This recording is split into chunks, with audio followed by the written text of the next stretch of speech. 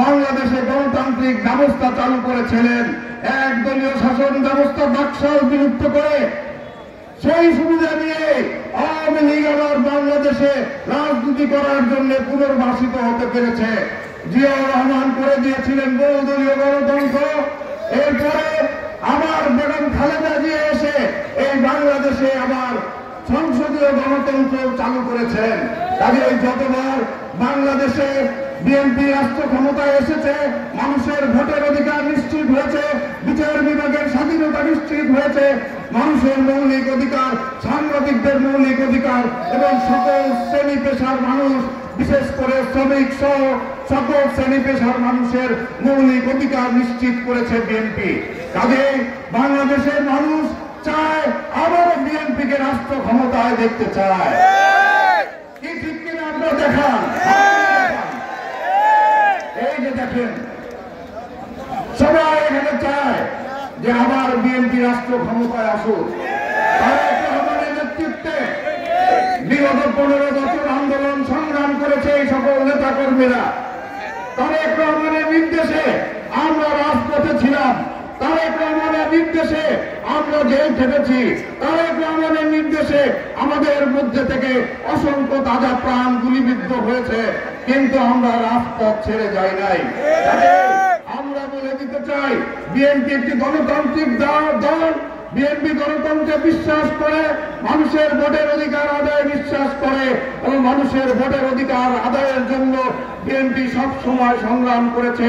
বেগম খালেদা জিয়া 6 বছর জেল খেটেছে, কিন্তু স্বৈরাচারী হাসিনার সঙ্গে আপোষ করে নাই। বেগম খালেদা জিয়া জেল খেটেছে, কিন্তু স্বৈরাচারী এরশাদের সঙ্গে আপোষ করে নাই।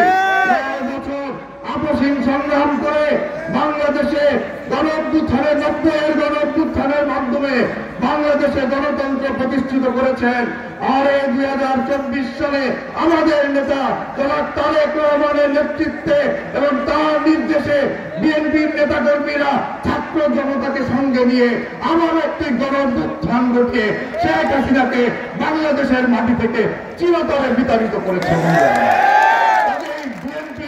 কখনো মানুষের ভাগ্য নিয়ে প্রতারণা করে না, বিএনপি মানুষের ভাগ্য নিয়ে সব সময় চিন্তা করে এবং মানুষের ভাগ্য উন্নয়নে কাজ করে। কাজেই আমরা বিশ্বাস করি আগামীতে যে গণতান্ত্রিক নির্বাচন হবে, সেই গণতান্ত্রিক নির্বাচনে আপনারা নিশ্চয়ই চান যে একটি ভালো এমপি নির্বাচিত হোক, নাকি আপনারা চান আবার পেছনের দিকে ফিরে যেতে,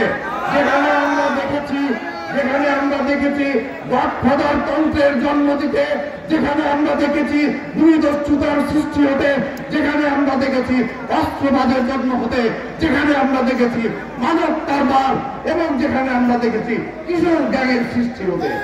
সেই জমানায় কি আবার আমরা ফিরে যেতে চাই?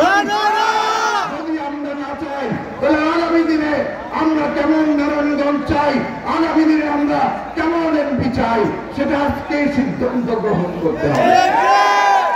আপনাদের সিদ্ধান্তের ভিত্তিতে এবং আপনাদের ভোটের মাধ্যমে আপনারা যাকে মনোনীত করবেন, ইনশাল্লাহ সেই নারায়ণগঞ্জ 4 সহ নারায়ণগঞ্জের 5-5টি আসনে আপনারা যাকে চান, জনগণ যাকে চায়, ইনশাল্লাহ তাদেরকে বিএনপি মনোনয়ন দিবে এবং তাদেরকে মনোনয়নের মাধ্যমে এমপি বানিয়ে নারায়ণগঞ্জের যে বদনাম ছিল, এই নারায়ণগঞ্জে যে একটি সন্ত্রাসের জনপদে পরিণত করা হয়েছিল, এই কলঙ্কিত নারায়ণগঞ্জকে আমরা পবিত্র নারায়ণগঞ্জে পরিণত করতে চাই।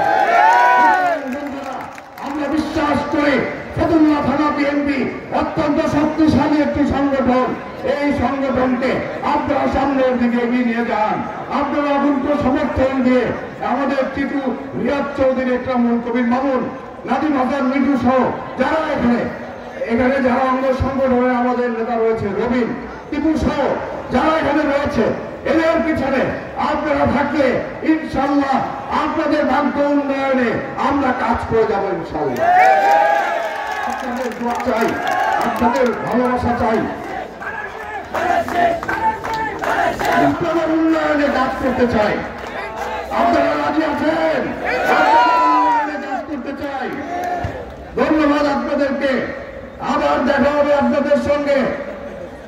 আজকে যারা এই অনুষ্ঠানে কষ্ট করে এসেছেন এবং ধৈর্য ধরে আমাদের কথা শুনেছেন এবং এই অনুষ্ঠানের যারা আয়োজক, যারা দিনের পর দিন পরিশ্রম করে আজকে এই অনুষ্ঠানকে আয়োজন করেছেন এবং সফল করেছেন, নারায়ণগঞ্জ জেলা বিএনপির পক্ষ থেকে আপনাদের সকলকে সংগ্রামী অভিনন্দন এবং শুভেচ্ছা জানাই।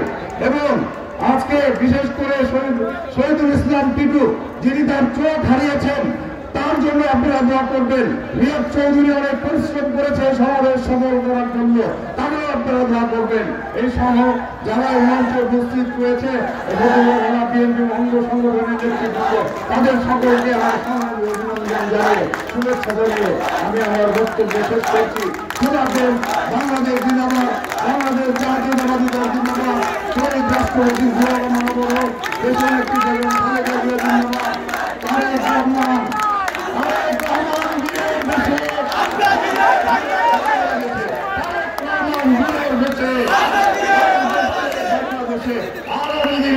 রাষ্ট্রনায়ক জনাব তারেক রহমান জিন্দাবাদ জিন্দাবাদ।